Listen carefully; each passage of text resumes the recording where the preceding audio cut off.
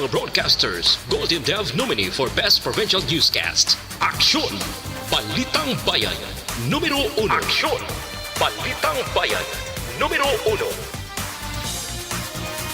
Kagkaroon ang inyo News Team.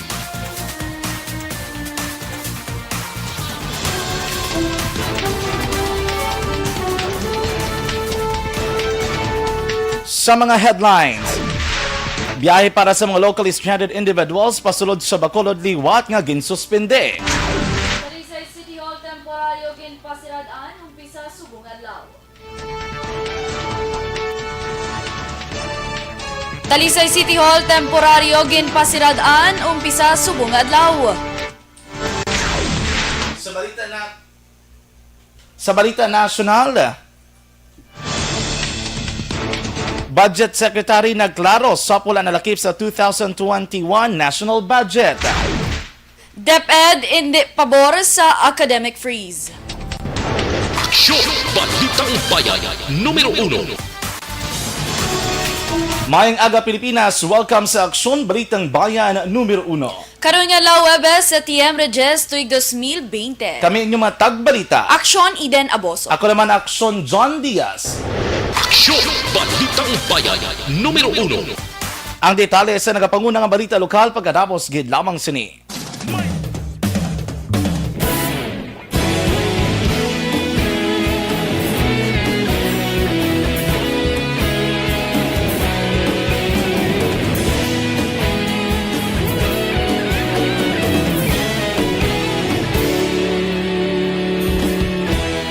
Agapasumbanwa, mabugaw nga hangin nagadapya na. Ikaw na ang ginapamati, alamon ginasandigan. Tingog sang probinsya, kamatuuran ginapalap na. Minsay nga may dala, paglaom kag kasanat. Tinuig na nagligan, ikaw gihapon ang ako nga istasyon. Sa pagbudlak sang adlaw, sa pagtuhaw sa biton. Mga balita ang dala, inspirasyon. Aksyon radyo, Bacolod man sa gihapon.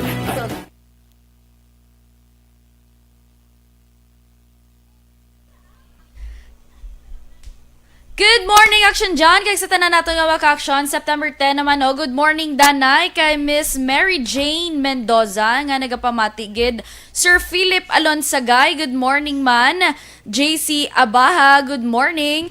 Good morning man sa tanan nagapamati, no? Kung hindi nyo gali, kung gusto nyo pag makita o lalabot sa radyo, gusto nyo pag makita live kita gyapon sa Facebook page sang Aksyon na Radyo Bacolod. Good morning, Anay, sa tanan nga mga taga Himamaylan, kay Tita Thelma, kay Tito Joel, kay Tita Beth, kay Ken Australia, dira sa Binalbagan. Action John, Yes, good morning Action Eden. Good morning sa tanan nga mga ka-aksyon nga naga-monitor na sining aga, especially sa aton nga Facebook page. Mayang aga lang kay Christian Salaber, kay John Lloyd Belbar, nga temprano pa nag-monitor na sa aton nga pagpangalagad karon nga aga. It's a rainy morning sa aton tanan, no? Halong gid sa aton nga mga ka-aksyon. Good morning kay Lenny Dudom Camonia. Sambalya, good morning, no? Good morning sa inyo tanan. Doon nag-aumpisa, medyo maulano ng aton nga panahon Action Eden. Damo pagid ng aton nga mga Facebook live viewers, no? Yes, good morning Ma'am Jules Enrile, nagapamati gid kay Colonel Guile kon kay Lieutenant Colonel Barniso, good morning man. DL Prietos, good morning kuno. Philip Alonsagay, good morning man. Good morning kuno Action Radyo Bacolod. Salamat gid sa mga suki adlaw-adlaw nagapamati gid, no.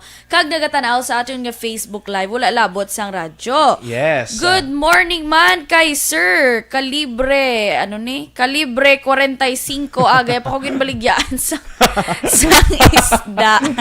Okay, sir. Kay Mr. Alex Fuentes, amali mayong aga sa inyo ni Aksyon John, kag Aksyon Eden, kagabi Thursday sa inyo. Be safe. Sa imo man sir, be safe. Kay Mr. Rinel Mercolino, good morning, watching from Granada, Bogalupok, Granada. And Ma'am Mers Monsanto Buhay, good morning everyone.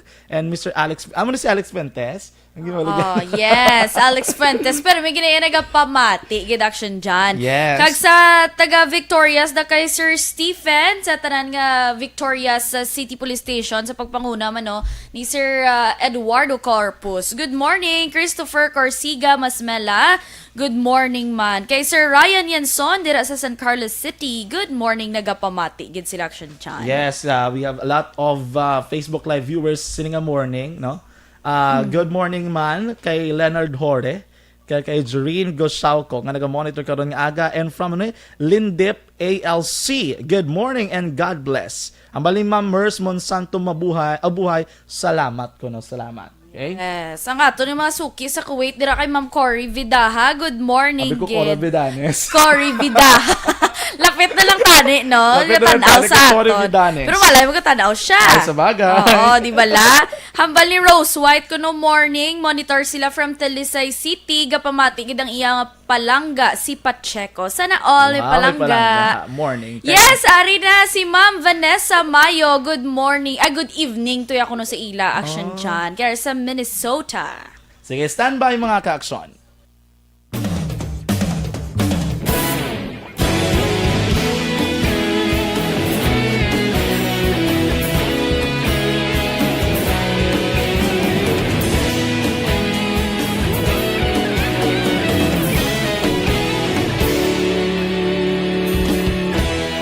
Aga pa simbanwa, mabugnaw nga hangin nagadapyan na. Ikaw na ang ginapamatian namon ginasanligan. Tingog sang probinsya, kamatuuran ginapalap na. Minsay nga may dala, paglaom kag kasanat. Tinuig na nagligan, ikaw gihapon ang ako nga estasyon. Sa pagbutlak sang adlaw, sa pagtuhaw sa mga Aksyon! Balitang Bayan, numero 1.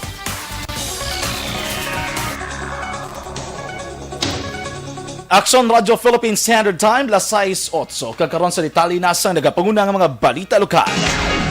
Ginkumpirma ni Philippine Coast Guard Negros Occidental Head Commander Jensen Benamin nga suspendido ang biyahe para sa mga locally stranded individuals o kun LSI. Sunod ka Benamin sa National Interagency Task Force Resolution No. 69 nga napetsa sa Setyembre 7, 2020 kag base man sa Executive Order No. 60 ni Bacolod City Mayor Evilio Bing Leonardia, suspendido ang inbound travel kag indumili ang pagbaton sa mga LSI sa Lin Manila, Cebu kag iban pang lugar samtang ginpaidalom pa sa Modified Enhanced Community Quarantine o kun MECQ ang syudad sang Bacolod. Ginklaro man ni Benamin nga mahimo makabiyahe ang mga outbound passengers kung kompleto sa dokumento ang mga ini. Sa karon ang mga authorized person outside of residence o kun apor gid lamang ang ginapanugutan magbiyahe sakay sa mga roll-on roll-off vessels pakadto sa Iloilo, Cebu kag Manila. Umpisa subong adlaw Setyembre 9, temporaryo naman ginpasiradaan ang City Hall sang Talisay City, Negros Occidental para sa disinfection. Sa interview sa Action Radio Bacolod, ginpahayag ni City Administrator Attorney Jonathan Yaldama nga base sa gin-issue nga memorandum ni Mayor Neil Lizares tubtob Biyernes ukon Setyembre 11 ang pagpasira sa City Hall kag magabalik ang operasyon sa Lunes. Dugang pa ni Yaldama, may mga empleyado nga na-assign sa City Hall nga nagpositibo sa COVID-19 kag mga asymptomatic. Sunod sa City Administrator, tikang iniagod maproteksyonan ng iban pa nga empleyado nga hindi malatnan sang virus kag magpatigayan ng contact tracing. Sa record sa Talisay City Health Office as of 9 p.m. Setyembre 8, 239 na ang COVID-19 confirmed cases, 7 ang napatay, 79 ang nakarecover kag 153 naman ang active cases.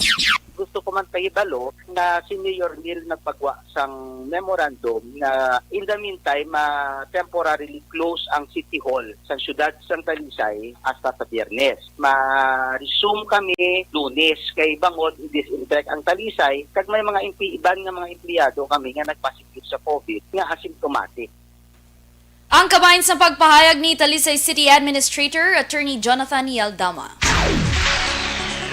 Nagtanyag sang libre nga sakay sa shuttle bus para sa mga Mursiahanon frontliners kag essential workers si Mayor Jerry Rojas sang Mursia. Pagi sa official Facebook page, kinanunsyo sang alkalde ang schedule sang biyahe nga Mursia Bacolod takna alas 6:30 sang aga kag alas 6:30 sang gabi. Ini naman ang nahamtang sa atubang sang Immaculate Conception Parish Church sa Amunga Banwa. Alas 7:30 sang aga kag alas 7 sang gabi naman para sa Bacolod Mursia sa Negros First Cyber Center sa Dalan Hernais, Lacson, siyudad sang Bacolod. Gan klaro sang alkalde nga ini nga schedule ang pwede nga mainisan depende sa sitwasyon.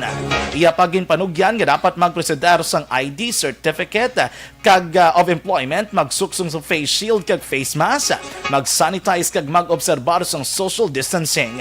Ang biyahe patigayunon Lunes tubtob Sabado. Sa dugang pa nga balita lokal, ginahulat naman sang NOCPO ang hingyo sang BCPO para makapadala sang augmentation force samtang ginpaydalom sa Modified Enhanced Community Quarantine ang syudad sang Bacolod. Sunod kay NOCPO spokesperson Major Edison Garcia, nagpadala sang augmentation force ang PRO6 para sa syudad sang Bacolod kag ininggikan sa Regional Mobile Force Company. Dugang pa ni Garcia, handang ilahanay nga magpadala sang dugang nga puwersa para sa BCPO sa tion nga kinahanglan ng ila sini nga presensya. Sa karon, 4 ka strategic border control quarantine operations ang ginpahamtang sa Banwa sang Mursia kag mga syudad sang Talisay, Silay kag Bago. Samtang nagapatubang sang kasong obstruction of justice si Benigno Mahilom, 24 anyos, matapos ginaligar nagbalabag sa operatiba sang Talisay City PNP para makapanagyong utod sini nga si Ramil Mahilom sang Purok Tumpok, Barangay Zone 15, syudad sang Talisay. Sunog kay Police Captain Julius Cesar Colado sang Talisay City PNP, pagi sa bypass operation na talupangdan ni Ramil nga pulis ang katransaksyon sini, rason nga nakadalagan kay nakapanagyo sang ginbalabagan ni Benigno ang mga kapolisan. Na-recover sa operation ang isa ka heat seal transpotted plastic sachets ang ginasuspetsuan shabu nga nagaserbe bilang bypass item kag aluminum foil nga naputos sa plastic. Si Ramil Mahilom ang nagapabilin nga at large samtang ang utod sini nga si Benigno ang preso sa custodial facility sang Talisay City PNP. Sa katapusan nga balita lokal, na kumpeskar naman sa kapulisan ng 54,400 pesos nga balor sa ginasuspetson Cebu sa bypass operation las 4:30 sang aga Martes sang hapon sa Barangay 5 syudad sang Victorias. Ang nadagpanang kilala kay Mark Arlu Miraflores, 39 anyos, kag residente man sang nasambit nga lugar. Sunod kay Victorias PNP Chief of Police Lieutenant Colonel Eduardo Corpus, si Miraflores na pangatubang sang kaso nga iligal nga paghupot kag pagbaligya sang iligal nga droga. Aksyon! Balitang Bayan, numero 1. Aksyon Radio Philippine Standard Time na 6:14. Budget Secretary nagklaro sa pula na lakip sa 2021 national budget. Kag dapat hindi pabor sa academic fees. Ang detalye sa nagapahuna nga balita pong sudnon sa pagbalik sang Aksyon Balitang Bayan numero 1. Live fixed.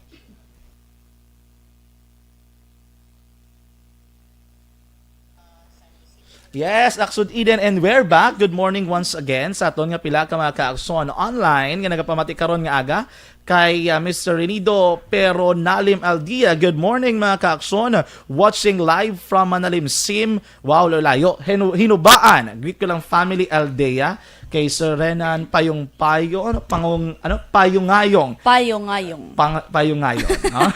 Nakabudlay sila na And Arigiliot na kay Isabela. Good morning, Action John and Eden. Listening from Isabela Negros Occidental, Mr. Melvin Mahinay. Yes, hello, good morning man. Kay Sir Olive, o kun Ma'am Olive Prado Gargaritano, good morning, watching live from Riyadh, KSA. God bless. Mers Monsanto Buhay, watching from Costa Rica. Grabe, naginian lang botan. Costa Rica. Costa Rica. Sir Edwin Miranda Sr., good morning. Diin ko no si Action Boy. Ginapangita si Action Boy. Nagpa-Singapore si Action Boy. Bisan Abinyo. biyahe. Oo, yes. Socrates Blaser Cañete Sarsuelo. Good morning, man. God bless you. Watching from Cebu City. Wow. Roddy Salvador Castile. Good morning. Happy Thursday. Yes, Thursday. Subong. Thursday, Tamyaya lang ko ng family Gastibsa, Sitio Can Lucas, Barangay Inayawan, Kawayan. Yes, Ari Mandrio, good morning from Ari Love. Early morning love. Love Kabatingan. Si Butsoy. May badge si Butsoy. Isang tough fan sa isang Action Radio. Perfect. Wow. Good morning, Action Jan. Good morning, Butsoy. Bado ka. Good morning, Butsoy. Butsoy. Good morning. Good morning. Stay safe all. Paano mo nasabi, Pau Pau JR? Paano mo nasabi? May mga Tagalog. Wala man na nagtala. Dahil Oh, Maria Luz Grijaldo Macunat, another top fan. No? Morning, Action Jan and Action Eden. Stay safe always. And Chilin Dugan. Yes, Arina of course. Dennis Richard Tibor Roma, good morning Papang John. Wow, Kag good Mami morning. Eds. Good morning lang ko no sa iya Vice President Regentan Villalon sa manaplabog tao na da. Dogi na, ano yung nakiniginapawagan. Oh, permi na iginapanawagan reaction dyan. Kita late permi Pakibutan nga niya tangalan, Papangkag Mami Eds, no? Oo, grabe. Amo na sa ginatawag yung Mami Eds kag daddy, papang ano na lang madumduman. Ano na lang madumduman niya? Correct. Perfect man. Hambal ni Sir Christopher Corsiga, mas mela, nagasagra ko no. Sige lang Kay liso-liso, tala na siya gamay. Ayuhan lang na siya. Alo, adjust na ko na gamay. Liso-liso, alam gamay. liso-liso, Kabasi ko alam lang. da. Kay Ma'am Angel Grace Painlason, good morning, Action Eden and Action John. Good morning, Ma'am. Philip Isulat, isulat mo. Good AM, Action. Morning, John. Si Marsha Musta. Okay. Feeling ko kilala ko ni Guro. Okay, sino nang ipakamusta? Kilala mo na? Kilala ko ni Guro kami ipamusta sa Eden. Good morning. Okay, masagin ipamusta. Si mo stay safe lang ko, no? Perfect. Shout out kay Carmelina Galvez po, Ma'am. Lagierzev, no? From Murcia. Wow. All the way from Murcia. Aga sa Graco. Sige lang, sir. Ulo, adjust ang...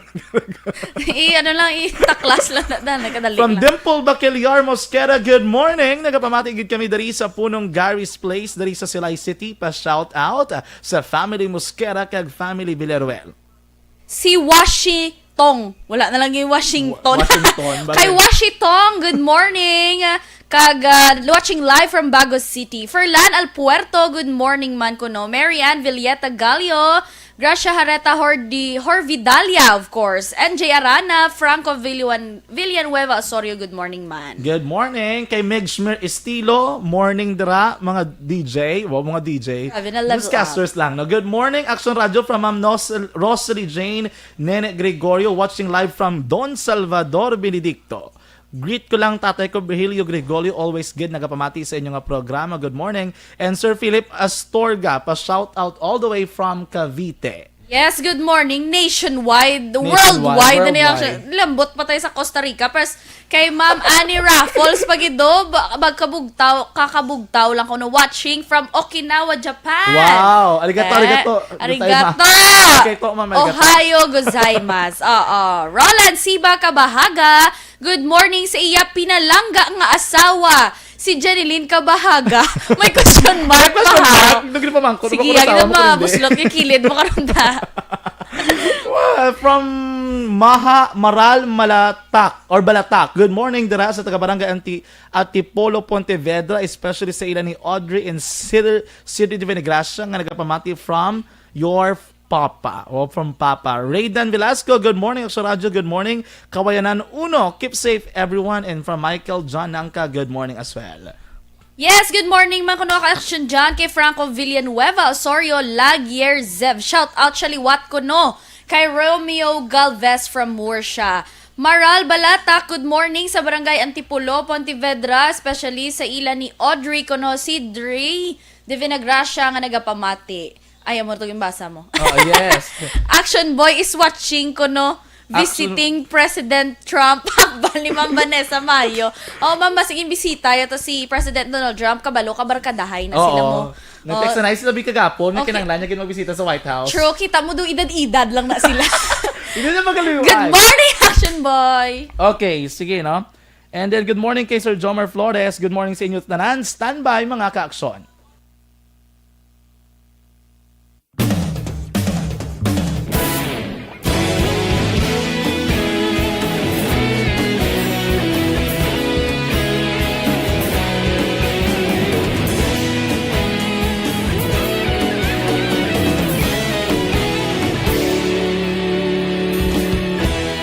Agapasang banwa, mabugnaw nga hangin nagadapyan na. Ikaw na ang ginapamati ang namon ginasandigan. tingog sang probinsya, kamatuuran ginapalap na. Minsay nga may dala, paglaom kag kasanat. Tinuig na nagligan, ikaw gihapon ang ako nga istasyon. Sa pagbudlak sang adlaw, sa pagtuhaw sang biton, mga balita nga dala inspirasyon. Aksyon radyo, bakolod man sa gihapon. Padayon aksyon radyo, bakolod sa luto sa imo. Aksyon Radio Philippine Standard Time, las 6:21. Kagkaroon sa detalye na siyang nagapanguna ng mga balita pungsod nun. Ginpahayag ni Budget Secretary Wendell Avisado nga wala sang gintiga nga pondo para sa Social Amelioration Program o kung SAP sa idalom sang ginadusok nga 4.5 trilyones pesos nga national budget para sa tuig 2021. Sa Senate hearing, ginpamangkot ni Minority Leader Franklin Drilon kung nga wala sang emergency cash aid matapos nga ginaantisipar nga madamos ang Pinoy ang mamigado mangod sa COVID-19 pandemic.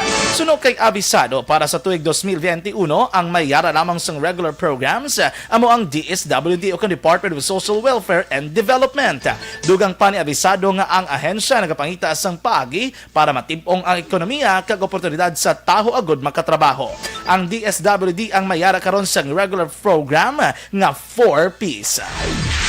Wala naman ginpaboran sang DepEd ang panawagan nga academic freeze kag ginpahayag nga ang proposal wala nagahatag konsiderasyon sa epekto nga idulot sang pagpalawig nga interruption sa learning process ang kabataan.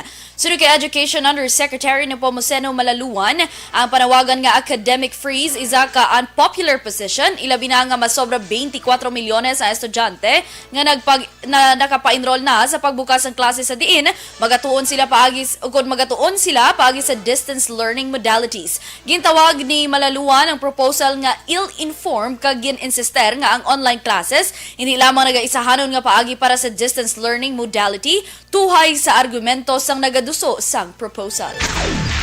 Liwat ginduso ni Agriculture Secretary William Dar ang ginahingyo sini nga mas mataas nga pondo sa Department of Agriculture sa tuig 2021.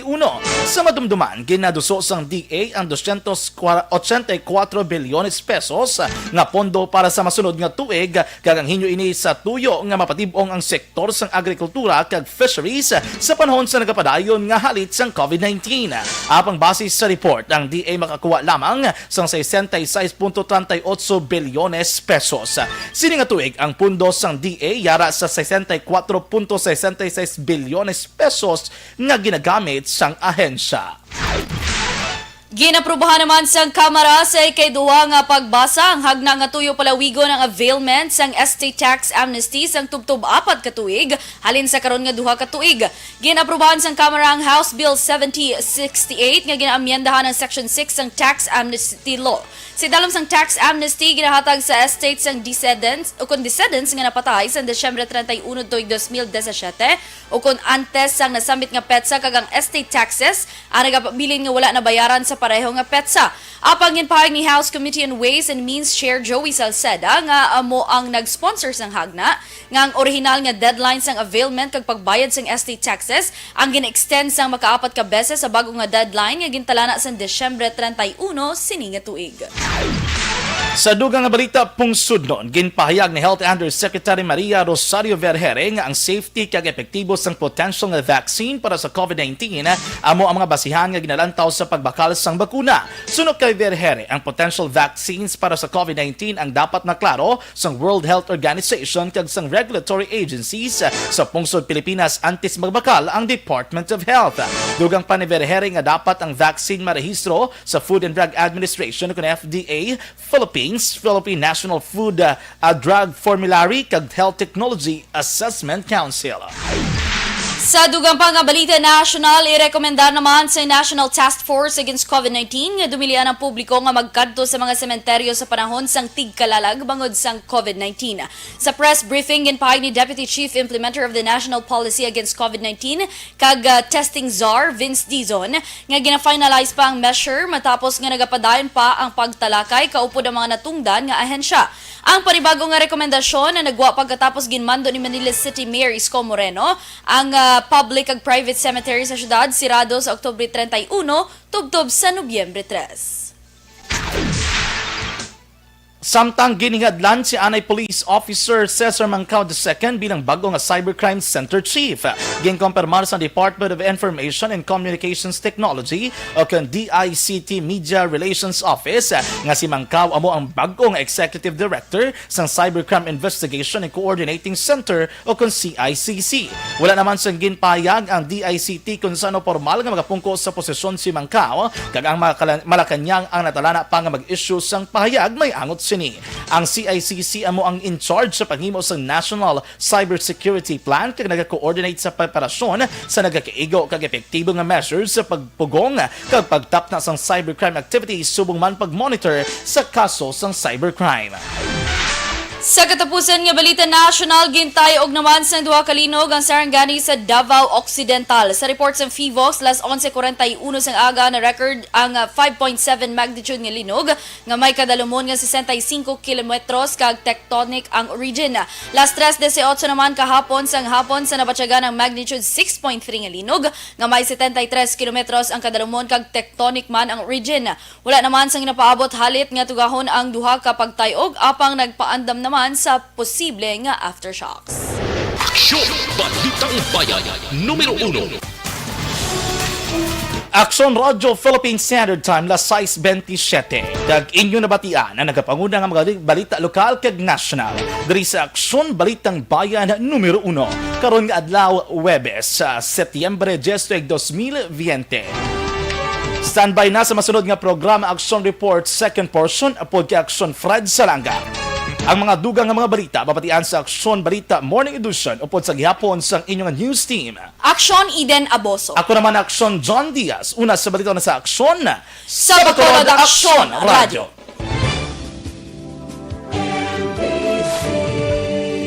Manila Broadcasting Company. Sa balita, komentaryo, issue,